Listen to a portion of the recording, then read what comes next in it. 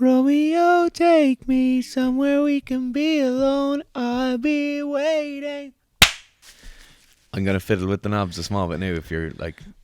Oh, I'm well aware you love fiddling with knobs. Oh, you dirty bastard. Go on. It's not going to pick up properly though. Point the mic at your mouth. No, like you'll still have to be within 2 inches of it. At your mouth? At your mouth, yeah. I'll worry about the knobs. You worry about not falling over the mic. So welcome back to the next tier training video on squat every day, right? So we're just going to run through the vast majority of negatives for squat every day, and then we'll touch at the end the very, very, very, very rare specific times when there's one or two pros of squat every day. Do you know what? Yeah. Everybody's going to wait till the end to hear the pros, right? Or they'll skip ahead to hear the pros, and then they're like, oh wait, so actually there are no pros to squatting every day. I said very, very, very, very, very, very niche pros. So these are our notes, by the way. Kick us off there with the first one, bit. The first one is like, why do people like squatting every day? Mm-hmm. And I think it's fairly clear that people who are into this kind of genre of like Joe doing the like, I did the Russian squat program, or I did squat every day, or people like training hard, right? Everybody knows that. People like feeling like they're working hard. They like perceived exertion to be incredibly high. Like very few people who go recreationally to become stronger, or go to the gym recreationally or do CrossFit recreationally, very few of those people are going to be like, what's the minimum amount of work I can do? Which is the whole idea, which is a whole different subject, but that is what you should do. So like if you were a business and the business was just to get you strong, like no business is like, how can we work harder for longer, spend more money and get less out of it? Get more debt. So what it basically is like squatting every day allows you to do something you obviously enjoy doing. It allows you to do shit loads of it. Usually people who squat every day squat really heavy and for low volume, which is like, fuck it, I'm not afraid to say it. That's what I like doing. I like squatting heavy weights for almost no volume. Gerf is some sort of fucking weirdo who likes tens in the squats and has this weird little kink for volume. But most people like squatting heavy weights. They like squatting heavy weights regularly, and then they like being able to squat heavy weights all of the time. If there's a man who would want to subscribe to the theory of squat every day, it's this guy right here. But is in fact, I can tell you, the best way to not get better at your squats, other than getting injured. Yeah, so it's the most proactive way to not get better. It's like the best way of not improving. So everyone likes squatting. Squatting feels great. Squatting heavy weights feels great. It feels like you're training hard. It unfortunately does not work. Yeah. So squat every day kind of was the Bulgarian system of training, where it was like hyper specificity, that kind of principle of you just do what you need to do and you don't do anything else. So that is more of a flawed theory. So specificity is very important, but obviously you need to do other things because you're not a perfect machine. And that is again another video. But it came from the whole kind of Bulgarian school of training, which has achieved levels of mythological proportions at the moment in terms of like the strength training world. There's like people have sold ebooks on like the squat every day. Like there's like powerlifters who do Bulgarian method, Joe. And it's just like it's like Gabriel, we know people who did the Bulgarian system and who are coached by people who are in the Bulgarian system or who are coached by Abajev, and it is not it. It is not what you think it is. So it came from that, and then we had John Bros kind of circa 2010, 2011, kind of came out with the squat every day, that bodybuilding.com article where they interviewed him. He talked about squat every day. And he talked about it from the point of view of like, if someone's stuck on a desert island and they're the only way, I think he used a different example, but the only way they're going to get off the island is they have to squat above 400 pounds and their squat at the moment is 315, or they have to squat 200 kilos and their max at the moment is 180. And he was like, what would you do? You'd squat every day to get your squat up. And the problem with that is you'd feel like you feel like you should squat every day to be proactive, but that is not the best way to do it. Yeah, and the thing is, that's coming from the point, or I think he was saying like, if your wife and children were being held hostage and they're like, you have to get your squat to whatever level, like that's the reason why civilians don't handle hostage situations, because they'd probably do the wrong fucking thing. And that's the case. Like if you're stuck on a desert island and you're not a sports scientist or you're not a weightlifting coach or whatever coach, you'd end up just doing this. I just So this visual- squat program is essentially a squat program Someone for with- people who have no idea what they're With doing. someone a hostage and their wife and kids, there was like these terrorists with guns to their head, and then there's someone just in the corner squatting as much as they can. Just get me. Did he hit parallel? So like the first biggest issue with squat every day, and if we're looking at our prime objective for our squatting is to get better at squatting or get bigger legs. And so the biggest issue with squat every day is pretty funny because it's a lack of progress. Yeah. Like the issue with squat every day is you do not progress. And it might feel like you should be progressing because you're training really hard and it's miserable and you are coming in every day Yeah. and you're feeling really tired and your max is 180 and 100 kilo feels like 180. So you're like, fuck, I must be forcing some kind of adaptation here. There's a big stimulus happening. Like, so I must be getting better any day now. In the next couple of months, I'm just going to come into the gym and I'm going to just massively, there's going to be super adaptation one day. I'm going to wake up, my legs are going to be 8 inches bigger and I'm going to squat 500 kilos. You've got to be jacked. Yeah. And, like the issue with it is that it does not work. And there's some very good reasons for that. Yeah, so obviously there's like the reasons of like everybody's heard that thing of like you get better as an athlete when you're resting. So it's like the 23 hours a day you're training versus the 1 hour you are training. But that's essentially what's going on. So your window of adaptation does not exist. So every time you break down the muscle tissue and you try to recover, just in the middle of that recovery process, you break down the muscle tissue further, try to recover, break down the muscle tissue further. Also, the way that the adaptation will happen is just that you end up being incredibly good at squatting a certain weight all of the time. So like your body reacts to specific stimulus and it reacts specifically to that specific stimulus, if you get what I mean, without getting caught up in myself. So if I'm trying to get my squat as high as possible, every time I go, I do a heavy squat with some volume, then I'll rest until I'm fully recovered. I'll do a heavy squat with some volume, rest until I'm recovered. When your body then is forming an adaptation around that and you have transcription of certain genes, your body will understand that you have enough resources there to recover, and we can then make this adaptation. And this adaptation might be gaining 0.5 of a gram of muscle, or you're inducing a certain amount of hypertrophy or a certain amount of central nervous system adaptation, and your body understands that it can allow you to do that because you have the resources there. If you just keep doing it over and over again, your body's going to be like, oh shit, we just need to get back to homeostasis. So homeostasis is being like at rest as you were before. So your body will just bring you back to that level and it doesn't really have time to do anything else. And then it'll just bring you back to that level, doesn't have time to do anything else again. So it's like somebody continuously starving themselves and then eating, continuously starving themselves and then eating. Like there's no time for an additional adaptation to take place. So if you look at like the different levels, different curves of recovery. So if you have like the first curve is a very short curve, and that would be local muscular fatigue. So we've talked about this before in other tier training videos. Next one then is like central nervous fatigue. That is with the assumption that you have not done a massive amount of kind of damage to your central nervous system. And then the final one is like muscle fiber breakdown. Mm-hmm. And so that takes the longest to do. So if you're squatting every day, you're interrupting that recovery curve.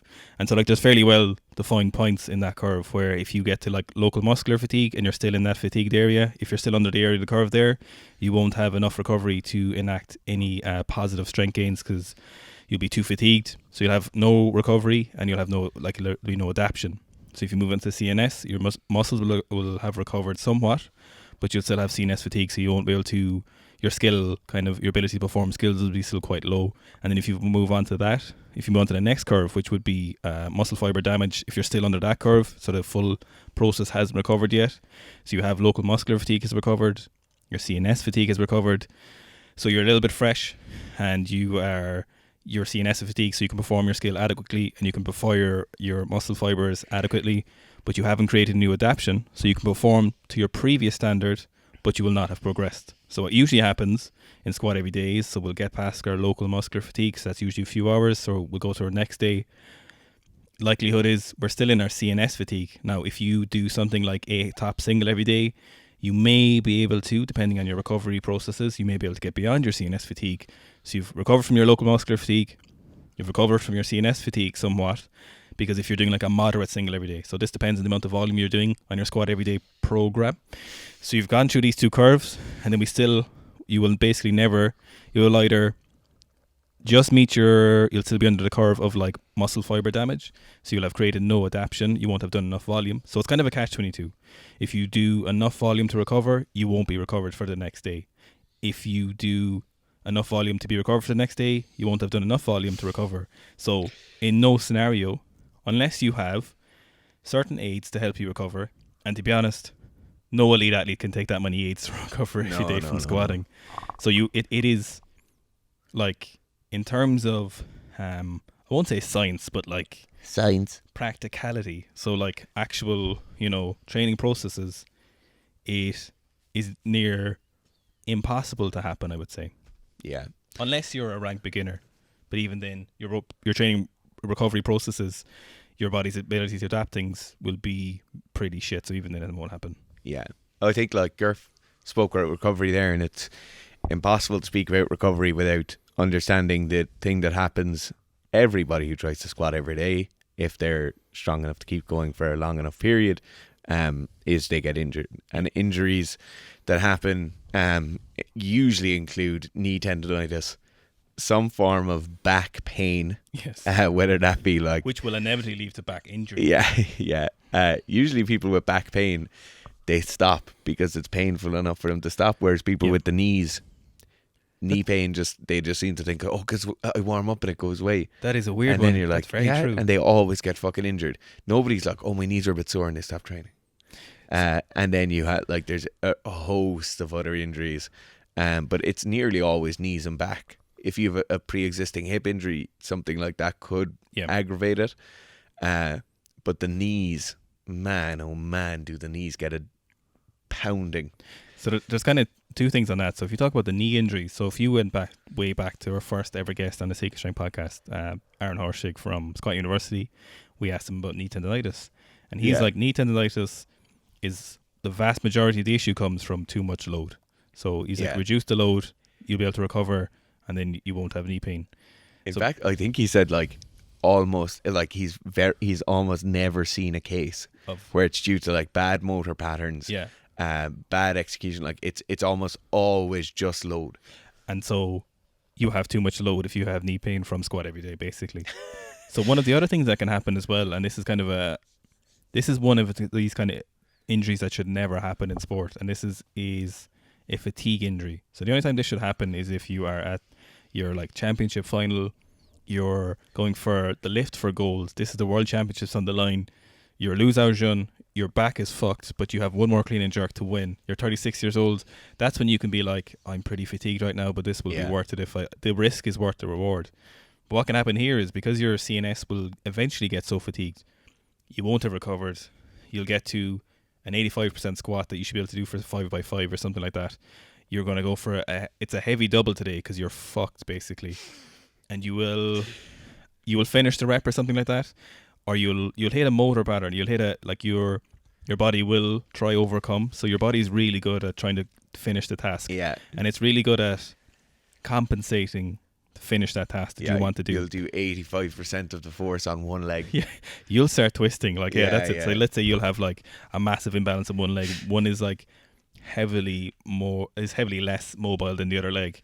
And then while normal discrepancies, you're able to balance that properly when you're fresh. Yeah. You'll be massively fatigued. Your body won't be able to balance the equilibrium, and you'll start twisting on the way up, and then you'll manage to finish the rep, but you'll have fucked yourself. Like there'll be something stupid like that, or you won't be able to finish the rep and you'll bail and you'll just hurt yourself that way. Like the injury risk is probably the biggest one for this. The lack of progress is unfortunate, but it's like if you're not hurt, it's not a bad thing. And the terrible thing about doing this video, is that the injury risk, nobody is not going, like the people who are watching this video to be like, I squat every day and I like it. Every single person thinks like, try not going to get injured. I have a great back squat. Mm-hmm. And the only reason that we successfully talk people out of not squatting every day is the progress thing. And we push the progress thing, and we try and make it very, very clear that you don't make the same progress you would if you were doing a proper squat program than if you were doing squat every day. Because injury is, in my head, if I have an athlete and they're doing anything, injury is always the number one concern. Yep. Whether they be just starting off or whether they're 2 weeks out from nationals or whatever. And injury is always, like, as a coach, it's always the number one thing in your head. Yet, when people go and look for their own information, I've done it myself. Mm-hmm. I've been like, I'm not going to get injured, and then you get an avulsion fracture in your ACL. You tear your pec walking out of squat, like. But like, yeah, it doesn't seem to deter people the way it should. You gotta chap your lips anymore there. I think the one to hear it. So we kind of covered these kind of two. So then we come to, you might be squatting every day for hypertrophy reasons as opposed to strength reasons. The bodybuilding. So we've discussed why it won't work for strength, and essentially the same reasons is it won't work for hypertrophy if you're squatting every day. And if anything, yeah, it won't work more. Because like, hypertrophy work is all about some sort of physiological breakdown and then having a surplus of resources that get pumped to that region. Yep.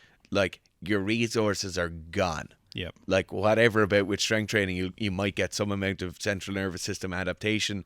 You might get better like rate sequencing of muscle fibers. So like, your fibers will contract more at the same time rather than it being boom, boom, boom, boom. It's just one big bang. For bodybuilding, it is more useless than for strength training, and it's pretty fucking useless for strength training. To be fair though, you don't see bodybuilders doing it a No. whole lot. It's very, very, very rare. I actually can't think of any instance where I've heard of a bodybuilder talk about doing squat every day to make progress. In my opinion, Yeah. the reason for that is because bodybuilders do bodybuilding because they like the results of it. Like, Yeah. they like looking fucking big and jacked and tanned. Yeah.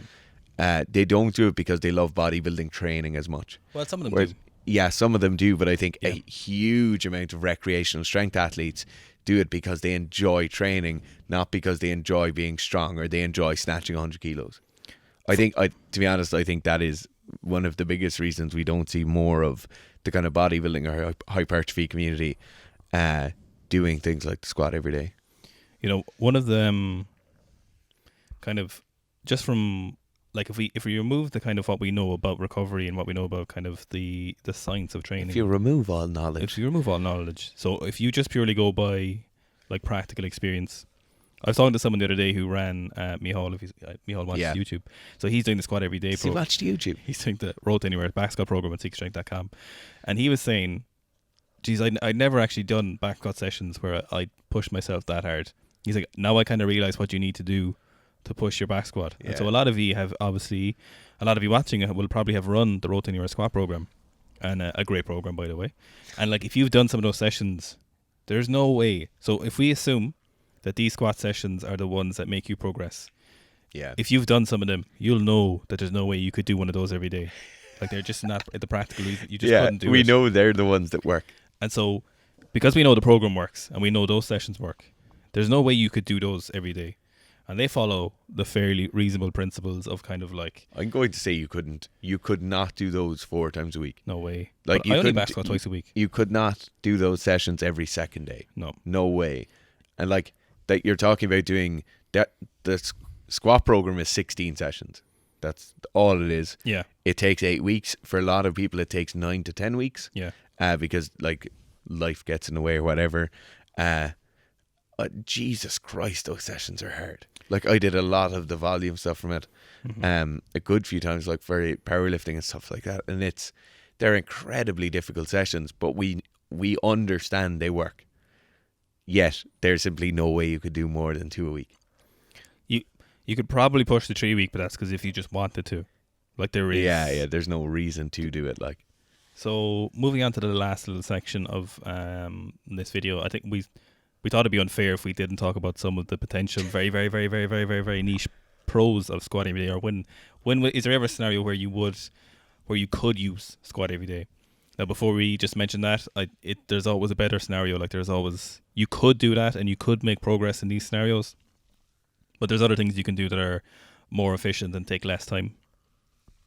The first one is, you want to talk about the mental resilience? okay, yeah. So there's a certain value in getting people to do incredibly difficult things for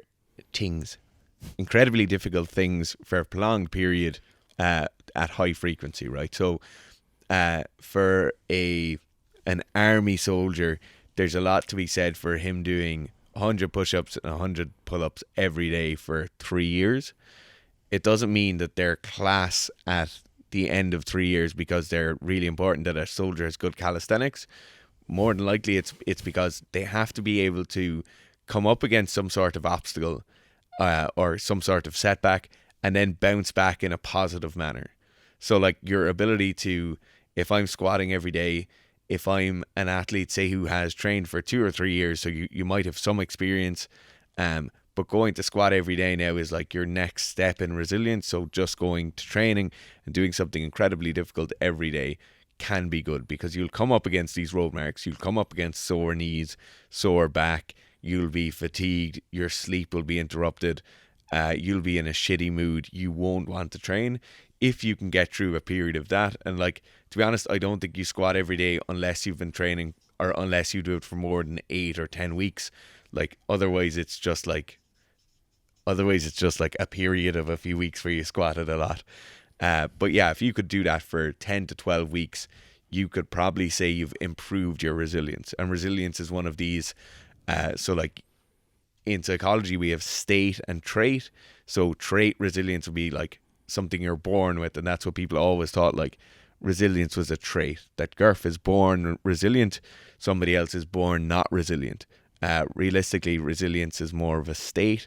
So you can have like, I could be really resilient in work and then really not resilient when it comes to training, or vice versa. So you could see a training program like this making athletes more resilient. But that is like, resilience is one aspect of a huge component of psychology that's important for athletes. And then psychology is just one component of a huge range of things that's important for athletes. So to be honest, I wouldn't do that. The other pro is when you are a very, very, very elite weightlifter, and so just weightlifters, so no other athletes would ever really be in this position. So if you're a very, very elite weightlifter and you're training every day and you have the resources to train every day, and you have the resources... Are you going to just say it? No, but you have the resources. Why don't you just say it? They can recover every day, you know what I mean? They can recover. They have a lot of extra resources. Do you know what I mean? Pharmologically. Sarmologically. They have, so some of us have buckets of resources, and then they have buckets of resources to recover every day. Filled in like 5 mil things. They can. That's how they fill the bucket. Or sometimes they fill the buckets with pills, and then these people with the bigger buckets, these athletes with bigger buckets, can afford to recover every day, and they could progress. Now, there is other athletes with bigger buckets who still don't do squat every day, and the vast majority of them don't do it because they know that if you let your bucket recover more without squats, you make bigger progress. So I think a good way of getting around this whole bush that we're currently beating the shit out of around. No, look, so if you're on gear... The Bulgarians were all on gear, and the Bulgarians squatted every day. Yeah. And gear allows you to recover better. It doesn't, like, there's a lot of other things it does, but the main reason the classical steroids, performance enhancing drugs, the main reason people take them is to recover more. But if you see an athlete, geez, we're nearly running out of time. If you see an athlete who's squatting every day and they're like, squat every day is the way to do it, like some of those John Bros boys back in the day, you have to just take a look underneath the skirt, Joe. Yeah, like basically, if you're on a lot of gear, you can. I don't know why you beat around the bush. You can squat every day. Yeah, wake up and smell the coffee. One of the things as well is if we're squat every day, is it very often kills your speed if you're not on gear. Yeah. So it really does. So that's that would be the kind of CNS fatigue. So like it murders your speed. It murders your speed in your squats. It murders your speed in your lifts. If you're a real athlete, it'll murder your running speed, your action, any of your actions, like your change of direction, that'll kill that speed. Action. And the final thing I just want to touch on a little bit about the squat every day is very often lazy programming, and it's from people, and this is not your fault or own. We can't know everything. That's why fucking dumbasses like us are here. Is to one of one of the things we ended up being good at was programming stuff, and we're here to teach you how to program, so you don't have to worry about us. A lot of times it comes from, geez, I don't know what do I do? What do I program? They do some sort of snatch and some sort of clean. So you just come in and squat every day. So like that's. Like we've all been very dumb at points in our training, and some of us are still very dumb at some points in our training, you know.